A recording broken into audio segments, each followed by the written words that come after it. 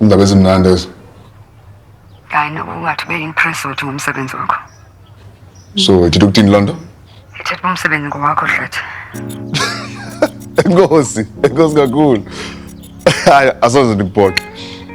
Jonga uTakalani uzawubuyela kuwe ngayo yonke into edibene ne-paperwork. Hayi indaba ezigqwesileyo weza. Zoleka. Enkosi man.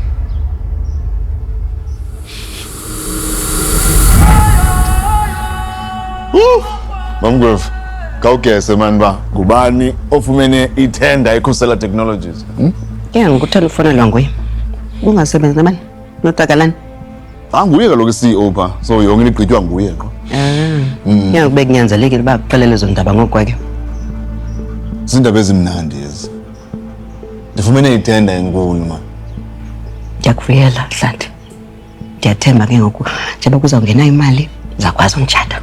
Ungenapho umtshato kule nto? Ungena kwinto yonke. Sigqiba i-20 years sikunye. Awukandenzi umkakho. Not le nto kwakhona man Thumeka man.